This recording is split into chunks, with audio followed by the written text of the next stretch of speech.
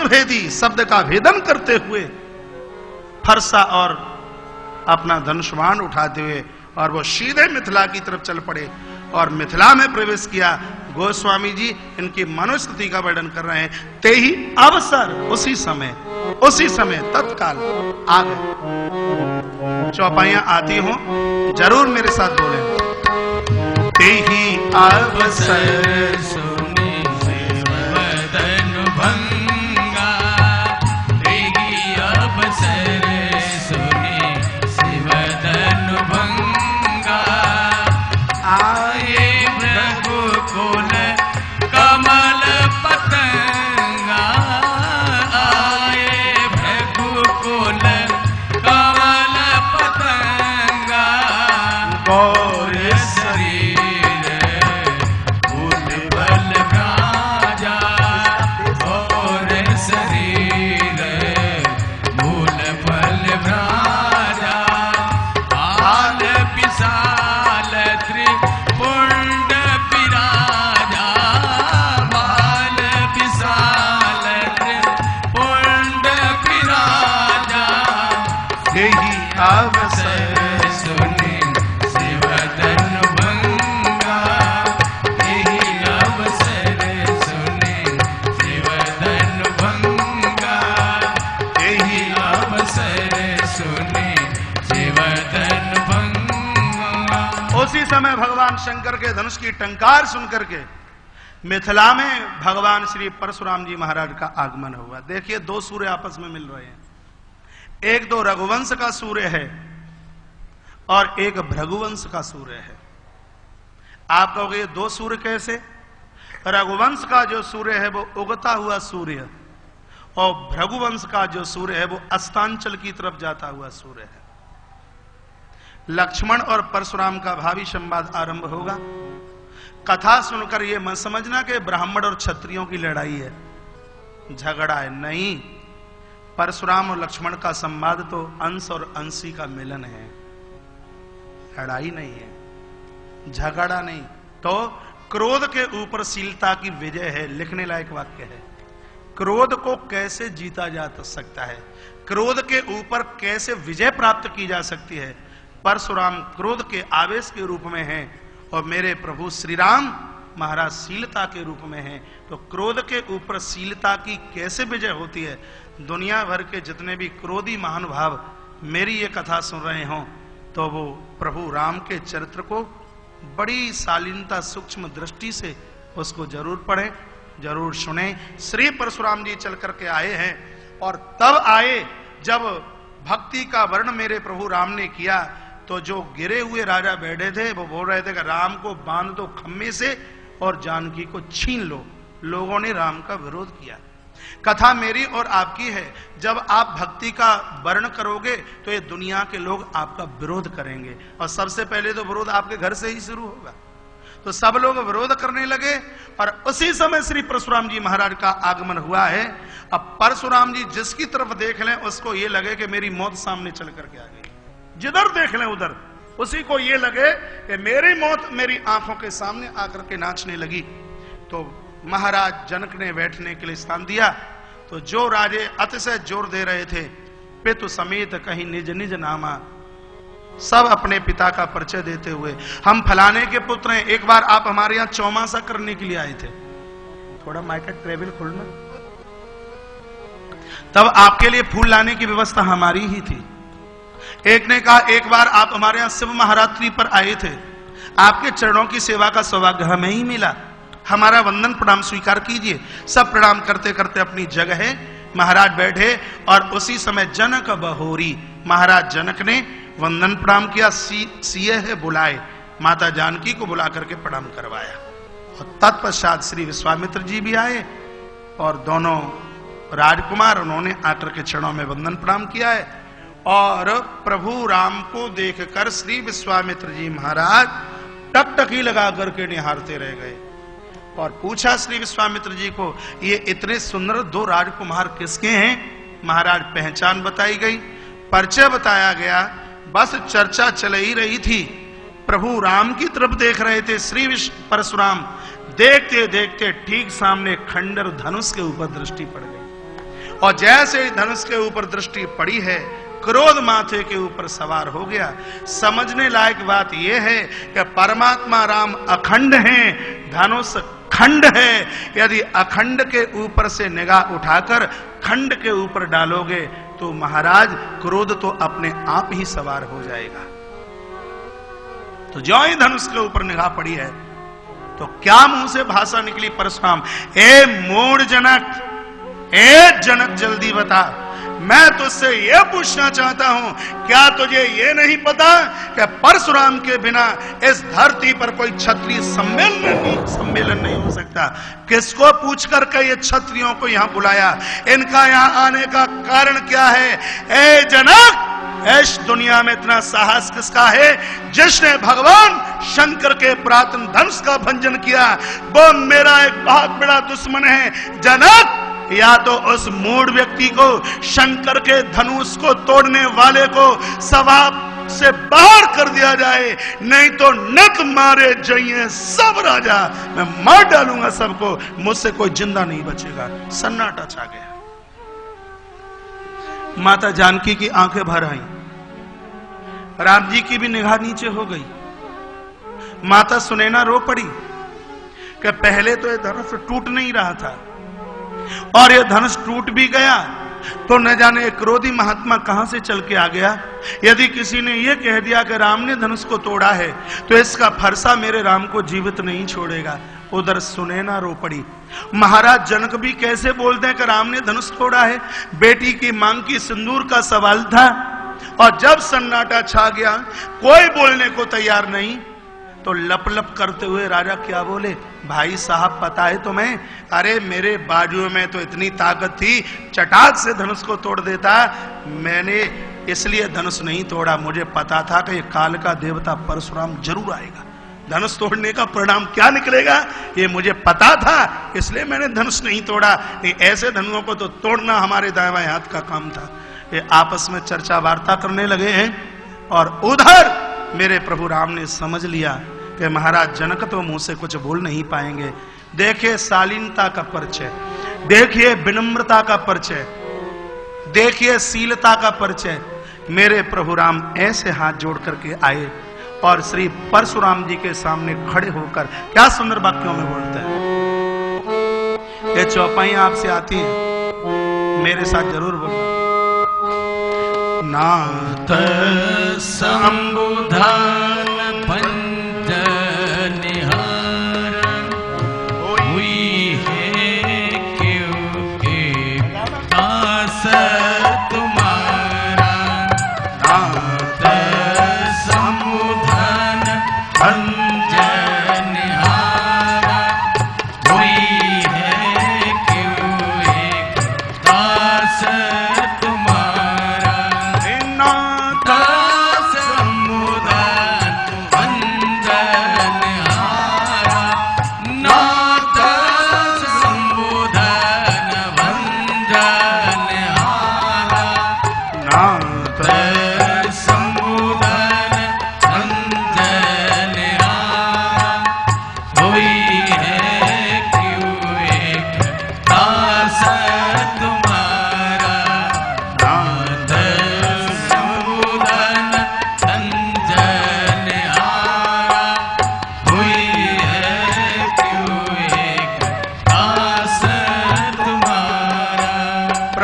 हाथ जोड़ करके कहा कि गुरुवर, जिसने इतना बड़ा अन्याय किया है, इस माइक का ट्रेवल खोलना इसका, जिसने इतना बड़ा अपराध अन्याय किया है वो आपके दास के अलावा और कौन हो सकता है? इतनी हिम्मत और किसकी हो सकती है? फरसा उठाया परशुराम ने कहा, ये राम, ये धनुष तोड़ना दास का काम नहीं है, ये धनुष तोड़ना दुश्मन का काम है। दास का काम तो सेवा करना होता है, दास का काम लड़ाई करना नहीं होता। या तो धनुष तोड़ने वाले को बाहर निकाल दिया जाए, नहीं तो न तो मारे जाइए सब राजा। भगवान राम विनम्रता के साथ बोल रहे हैं, और उस विनम्रता का परशुराम जी गलत अर्थ निकाल रहे हैं। क्रोध का पारा ऊपर ही बढ़ता गया। लखन लाल ने देखा और लखनलाल ने मन में विचार किया कि ये बाबा तो मेरे लायक होना चाहिए था, भाई साहब की मुलाकात गलत हो गई। विश्वामित्र जी को कहा प्रणाम करके, लखनलाल ने कहा गुरुजी भैया का मुलाकात गलत महात्मा से हो गई है, ये मेरे लायक होना चाहिए था, यदि आपकी अनुमति हो तो दुद्वय हाथ जाके कर लूं। विश्वामित्र ने कहा लला दुद्वय हाथ करियो, ज्यादा मत करियो। आशीर्वाद दिया और लखनलाल चल करके आए हैं। राम जी ने लखन को आते हुए देखा, क्योंकि राम जानते हैं कि गुरुजी की अनुमति के बिना मेरा लखन आ ही नहीं सकता। तो महाराज राम जी ने भी थोड़ी पटरी खाली कर दी, तो ठीक निशाने पर श्री लखनलाल आ गए। और लखनलाल ने कहा गुरुदेव आप इतने आग बबूला क्यों हो रहे हो, क्या हो गया? अरे क्यों आग बबूला हो रहे हो, इसमें भैया का दोष क्या है? छुअत जो छूते ही टूट गया हो तो इसमें भैया का दोष क्या है? और मैं आपको ये पूछना चाहता हूं, यदि इस धनुष से आपका इतना ममत्व है, इतना स्नेह है, तो प्रेम है, तो किसी बढ़ई के पास जाइए और इसको जुड़वा लीजिए, इतना क्रोध करने की आवश्यकता क्या है? और मैं आपको ये भी पूछना चाहता हूं, बहु धनु ही तोरी लड़काई लेकिन कबहु न असृ सकीन गुसाई। ऐसे बाल काल में न जाने हमने कितनी धनुइयों को तोड़ा, पहले तो आप कभी इतना क्रोध नहीं किया, लेकिन इसी धनुष से कौन सा आपका ऐसा स्नेह ममत्व कि आप पारे से बाहर जा रहे हैं, सीमा से बाहर जा रहे हैं। लखनलाल और परशुराम की मुलाकात प्रथम बार हुई है और कहते हैं कि पहले धनुइयां बहुत तोड़ी और पहले तो आप कभी आग बबूला नहीं हुए। कब की बात करते हैं? बात उस समय की है जिस समय परशुराम ने अधर्मी क्षत्रियों से 21 बार धरती को विहीन किया। तो ऐसे ऐसे आयुधों को सजाया परशुराम ने कि उनके वजन से धरती कुंपित होने लगी। धरती उन आयुधों का वजन सहन करने में असमर्थ, तो माता धरती ने एक अवैधव्य स्त्री का भेष बनाया और शेष को अपना बेटा बनाया और दोनों परशुराम की कुटिया में पहुंच गए। प्रणाम किया, कहा गुरुदेव हम अनाथ हैं, हमारा कोई है नहीं, पति की मृत्यु हो गई है, आपकी देहली पर रहने के लिए जगह मिल जाए। परशुराम जी को दया आई, कहा मैं थोड़ा तप के लिए जाता हूं और इस कोठरी में आप रहना। परशुराम जी चले गए और उस शेष के साथ में वो धरती मां बुढ़िया भेष बना करके रहने लगी। एक समय की बात, महाराज खूंटी के ऊपर बड़े आयुध अस्त्र शस्त्र लटक रहे थे और बालक शेष ने सबको निस्तेज निष्प्राण कर दिया। परशुराम जी आए और निष्प्राण आयुधों को देखा, समझ गए बुढ़िया कोई और नहीं, भेष छिपा करके आई है। हाथ में जल लिया और कहा हे वृद्धा, या तो अपने असली भेष में आ, नहीं तुझे जला करके मैं राख कर दूंगा, तू बोल, भेष छिपा करके तू आई है, तू कौन है? तब धरती मां अपने असली भेष में और शेष भी अपने असली भेष में आए और धरती मां थरथर कांपने लगी। परशुराम को कहा कि हे भगवान, आपके आयुधों का वजन मैं सहन नहीं कर पा रही थी, इसलिए शेष को बेटा बना करके लेकर के आई और इस बच्चे ने इन आयुधों को निस्तेज कर दिया। परशुराम जी मुस्कुरा गए और शेष को आशीर्वाद दिया। तब लखनलाल कहते हैं कि मैं वो ही तो शेष हूं, आपकी कुटिया पर आयुधों को मैंने निष्प्राण किया, तब तो आपको क्रोध नहीं आया और आज इतने आग बबूला होते हुए जा रहे हो, बात मेरी समझ में नहीं आती। तब कहा परशुराम ने, रन्न बालक कालवश बोल तो ही न शमार, एक क्षत्रिय राजकुमार तुझे बोलने की बिल्कुल तमीज नहीं, मेरे हाथों से तू क्या मरना चाहता है? लखनलाल मन ही मन विचार करने लगे कि मुझे तो बोलते हो बोलने की तमीज नहीं, जरा अपनी आईने में झांक करके देखिए क्या आपको बोलने की तमीज है? न तुम्हारे जइए सब राजा, ये कहां की तमीज है? तब श्री परशुराम जी बोले हैं, रन्न बालक कालवश बोल तो ही न समार, धनुई धनु सपुत्रारि धन विदित सकल संसार। यह पूरी दुनिया जानती है कि भगवान शंकर का धनुष ये कोई साधारण धनुष नहीं हो सकता। लखनलाल ने माथा ठोक करके कहा परशुराम जी को, हे मुनीश्वर, हे मुनिजन, बस इसी बात का तो रोना है, निर्णय आपकी जिब्या से हो रहा है, निर्णय आपकी जबान से हो रहा है। यदि भगवान शंकर का धनुष कोई साधारण नहीं हो सकता तो एक बार ये भी तो तुम विचार कर लेते कि उस धनुष को तोड़ने वाला भी कोई साधारण नहीं हो सकता। इतना कहा होगा लखनलाल की चुनौती, लग रहा था कि जलते हुए हवन कुंड में देसी कनस्तर छोड़ दिया गया हो। फरसा उठाया और कहा, मिथिला के लोगों, मुझे कोई आटा मांगने वाला ब्राह्मण मत समझ लेना, इस राज पुत्र की मां सामने नाच रही है, ये क्षत्रिय बालक मेरे कुठार से मरना चाहता है, मैं डालूंगा। और जो ही फरसा लेकर के आगे के लिए बढ़े हैं परशुराम, तब विश्वामित्र के चरणों का स्मरण करते हुए श्री लखनलाल ने कहा कि हे मुनि, खबरदार अपने कदमों को आगे के लिए मत बढ़ा देना। रघुवंशियों की आन बान और शान है, वो 3 लोगों के ऊपर कभी भी हथियार नहीं उठाते, देवता, ब्राह्मण और गौ।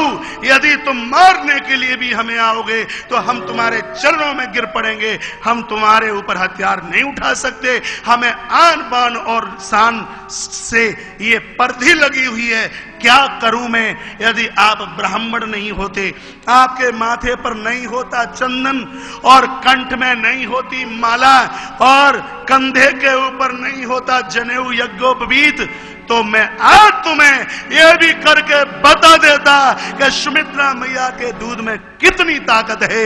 लेकिन करूं तो करूं क्या? लेकिन हो वीर, हो योद्धा, तो उतार दो तीनों चिन्हों को और उतार दो अपने ब्रह्मत्व को। फिर मैं बता दूं कि गुरुदेव विश्वामित्र और गुरुजी वशिष्ठ से हमने क्या सीखा है, क्या सुना है। रघुवंशियों की यह प्रतिज्ञा है कि काल के सामने भी वो पेट दिखा करके नहीं जाते। हे मुनीश्वर, धोखा मत खा जाना, कहीं कहीं ककड़ी के बदले में कहीं चना मत चबा जाना। मैं आपको ये पूछना चाहता हूं, ये कुठार कंधे पर रखकर इस कंधे को बजनी क्यों करते हो? इतनी गालियां तुम्हारे मुंह से निकलती, करोड़ों करोड़ों फरसों का काम तो ये तुम्हारी जीभ ही करती है। महाराज परशुराम के सामने और इतनी हिम्मत और इतना बोलना, और फिर फरसा उठाया और दौड़े मारने के लिए। तब सामने से श्री विश्वामित्र जी आए, लखनलाल को इशारा किया, लखन एक तरफा हुए हैं। तब श्री राम जी सामने आ गए। प्रसंग बड़ा लंबा है, समय का अभाव है। प्रभु राम ने हाथ जोड़ करके कहा, गुरुदेव अपराधी मैं दास तुम्हारा, अपराध तो मैंने किया, धनुष तो मैंने तोड़ा है, और आप ये दंड मेरे लघु भ्राता लखन को क्यों दे रहे हो? अरे ये दुधमुआ है, ये छोटा है, ये ना समझ है। और देखिए आप अपने हाथ में फरसा हथियार लेकर के आए हो, इसने तुम्हें वीर समझ लिया। और कहीं आप अपने हाथ में शास्त्र लेकर के आते तो जरूर ये संत की तरह आपके चरणों में प्रणाम करता, आपके चरण धोता, आपका चरणोदक लेता। उसको पता ही नहीं था बर्रई बालक एक स्वभाव, बर बालक का एक जैसा स्वभाव होता है, छोटा है, दूध मुआए। कभी छोटे छोटे बच्चे गलती कर देते हैं तो गुरुदेव माता सदैव उनको क्षमा कर देते हैं। दूध मुआ मेरा भाई है, इसको आप क्षमा कर दीजिए। तब परशुराम ने फरसा उठाया और कहा, राम ये दूध मुआ नहीं, ये जहर मुआ है। जब बोलता है तब ये जहर ही उगलता है, या इसके तू प्राणों को चाहता है तो मेरी आंखों से इसको ओझल कर दे। मुझे लगता है कि बढ़िया एक कनस्तर और लखनलाल लेकर के आ गए देसी घी का, और आके कहा, बाबा मुझे आंखों से ओझल होने के लिए क्यों कहते हो? आप ही अपनी आंखों को बंद कर लो तो मुंह दो आंख कतों कछु नहीं, समझ लेना कि आंखों के सामने कुछ भी ही नहीं। ओहो इतना कहा मिथिला के लोगों, यमराज इसका इंतजार कर रहा है, ये मौत का कच्छ देखना चाहता है। फरसा उठाना चाहा, लेकिन फरसे ने कह दिया कि अन्याय हम नहीं करेंगे। फरसा संग छोड़ गया। आंखें भर आई परशुराम जी की, ये माइक की आवाज बढ़ी। कहा, अरे फरसे तुझे क्या हो गया? तू कुंठित कैसे हो गया? तरकस की तरफ हाथ बढ़ाया तो एक भी बाण निकलने को तैयार नहीं। पुणे लखनलाल सामने आ गए। कहा, बाबा इसी बात का तो रोना है, तुम्हारे धनुष बाण और फरसा भी हमें पहचान गए, लेकिन तुम हमें अभी तक नहीं पहचान पाए। इतना कहा है, मारने की पूरी तैयारी। मेरे प्रभु पर हाथ जोड़ करके खड़े हो गए और कहा, अब आप ये बताइए कि आपका क्रोध शांत कैसे हो सकता है? तब परशुराम ने कहा, ये मेरे लिए पहली बार हो रहा है कि मेरे सामने कोई क्षत्रिय इतना बोल करके बता दे और मैं उसको जिंदा छोड़ दूं। अचंबा सा मुझे लग रहा है। हे राम, आज तू बोल दे कि दुनिया में एक ही परशुराम है और कोई दूसरा राम नहीं हो सकता। यदि तू है राम तो मेरे साथ युद्ध कर, मेरा सामना कर। भगवान प्रभु की आंखें भर आई। भगवान ने कहा, गुरुदेव रघुवंशियों की आन बान शान है, काल के सामने भी वो मुंह दिखा पीठ दिखा करके नहीं जाते, लेकिन क्या करें, हमारे तो खानदानियों ने सदैव ब्राह्मणों की पूजा की है, ब्राह्मणों के चरणों की सेवा की है। हमने कभी ब्राह्मणों के ऊपर आयुध नहीं उठाए। और आपके एक वंशधर हुए श्री भृगु जी महाराज, जिन्होंने हमारी छाती में चरण प्रहार किया, और वो चिन्ह देखिए अभी तक नहीं मिटा। और महाराज अपनी छाती खोल करके प्रभु ने भृगु लता गदा का चिन्ह दिखाया और तब कुछ होश आया श्री परशुराम जी को और लगा कि कहीं धरणीधर का अवतार तो धरती पर नहीं हो गया। आंखें भर आई हैं और कहा, यदि हो तुम ईश्वर, यदि हो तुम परमात्मा, तो इस धनुष के ऊपर प्रतिंचा को चढ़ा दीजिए। लिखा है महाराज कि अपने आप ही धनुष की प्रतिंचा चढ़ गई है। तब परशुराम अतिशय विस्मित हुए हैं और चरणों में गिर पड़े। एक हाथ से राम जी का चरण और दूसरे हाथ से लखनलाल का चरण पकड़ा और रो रो करके स्तुति की है। श्री परशुराम जी की स्तुति बड़ी सुंदर। रामचरितमानस बालकांड दोहा नंबर 284 के नीचे की चौपाइयां हैं। बालकांड दोहा नंबर 284 और उसके नीचे की चौपाइयां। दोनों हाथ ऊपर कीजिए।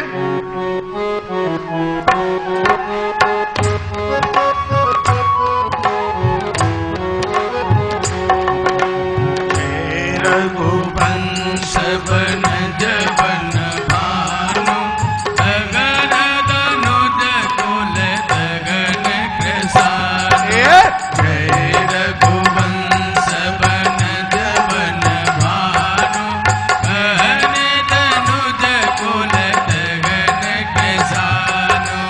जय सो